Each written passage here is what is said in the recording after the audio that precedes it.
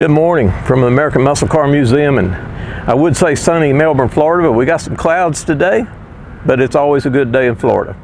Out from the museum collection today, we've got a beautiful 1957 Ford F100 pickup truck. Truck is done in an Inca Gold, a colonial white, just a great combination. Truck has a 272 V8, 171 horsepower, 4-speed.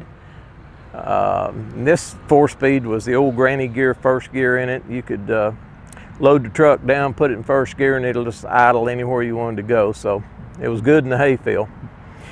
This is the first year Ford produced a wide, big cargo space, all steel bed on these trucks.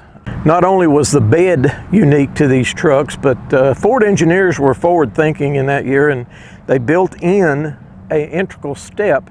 As you open the door, there's a built-in step right there. So you don't have to go from the ground way up into the floor of the cab to get in these things.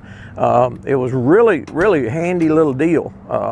As you can see here, you had a first little step, then up into the seat, and you were there.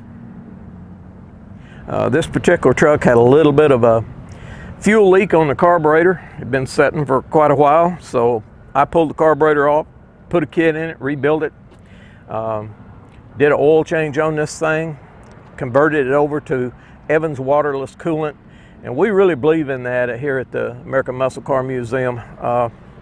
It really takes care of that electrolysis that you get between the two metals and the older style coolants.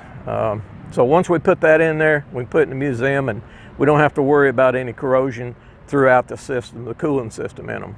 Take the truck out, do a little test drive on it. We'll put it back in the museum, and everybody will get to enjoy it then.